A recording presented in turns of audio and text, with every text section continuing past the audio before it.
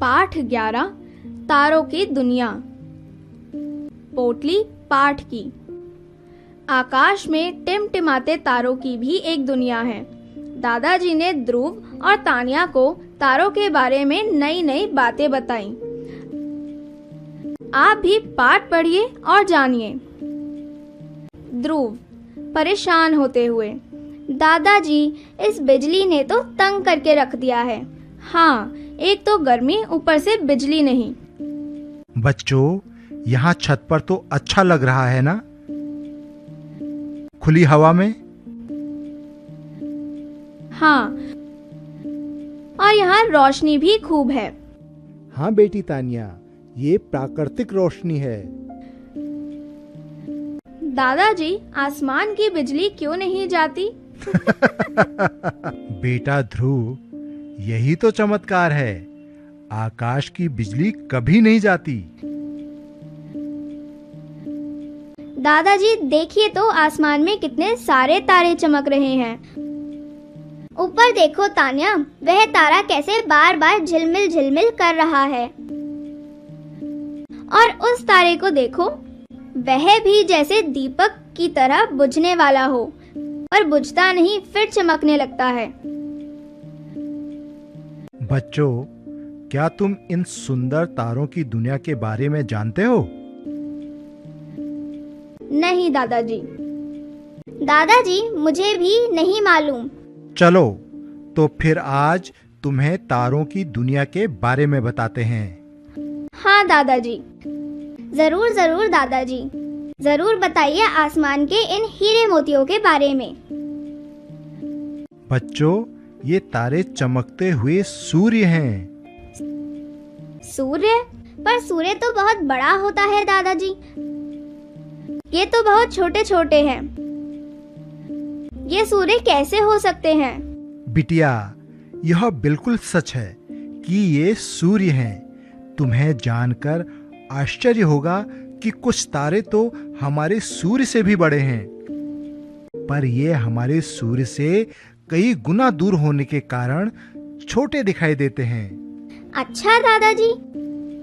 हाँ बेटे, हमारा सूर्य ही पृथ्वी से लगभग 14 करोड़ 96 लाख किलोमीटर दूर है। तारे तो और भी दूर हैं। फिर तो इनकी रोशनी को पृथ्वी पर आने में बहुत समय लग जाता होगा। जो तारा पृथ्वी के सबसे पास है, उसका ही प्रकाश हम तक लगभग 4 वर्षों में पहुंचता है। कुछ तारों का प्रकाश तो अभी तक हमारी पृथ्वी पर पहुंचा ही नहीं।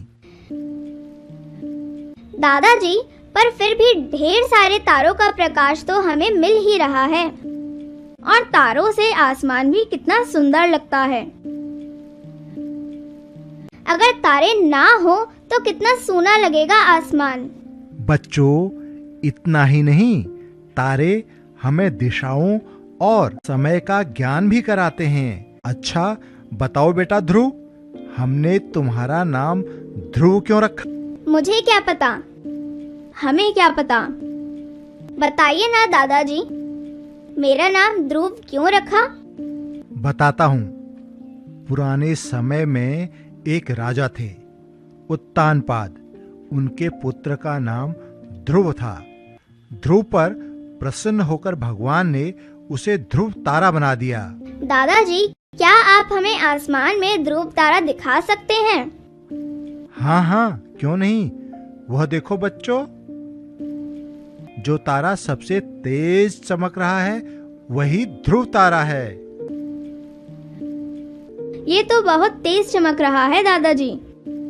हाँ बेटी, हवाई जहाज के पायलट ध्रुव तारे को देखकर दिशा का पता लगाते हैं। अच्छा दादाजी।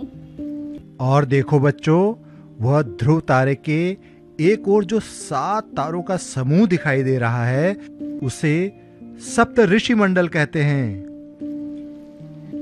एक बात समझ में नहीं आती। कौन सी बात तान्या बेटी?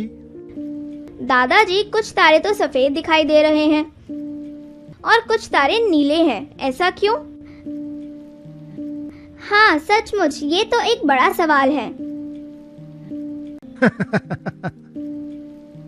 बताता हूँ बच्चों, तारे सिर्फ सफेद और नीले ही नहीं होते, ये कई रंगों के होते हैं, जैसे लाल, पीले, नीले और भी कई रंगों के।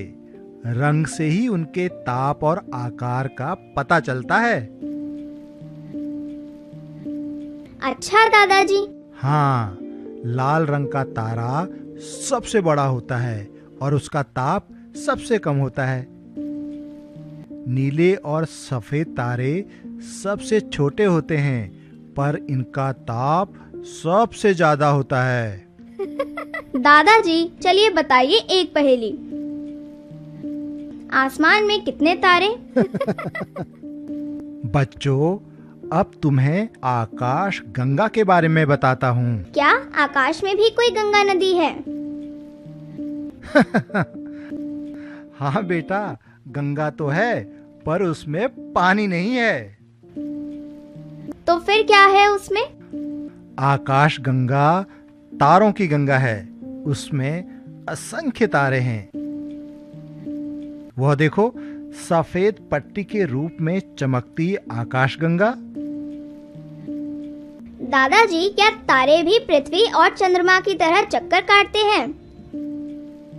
हाँ, तारे भी तेज गति से चक्कर काटते हैं। दादाजी, तो फिर इनकी आपस में टक्कर क्यों नहीं होती? बेटी, यह एक दूसरे से बहुत दूरी पर चक्कर काटते हैं, इसलिए आपस में नहीं टकराते। जैसे आकाश में उड़ते पक्षी एक दूसरे के पास दिखाई देते हैं, पर वे दूर होते हैं। आज तो दादाजी आपने तारों के बारे में ढेर सारी बातें बताई। हाँ दादाजी, तारों के बारे में जानकर बहुत अच्छा लगा। चलो बच्चों, अब अंदर चलें। बिजली भी आ गई है।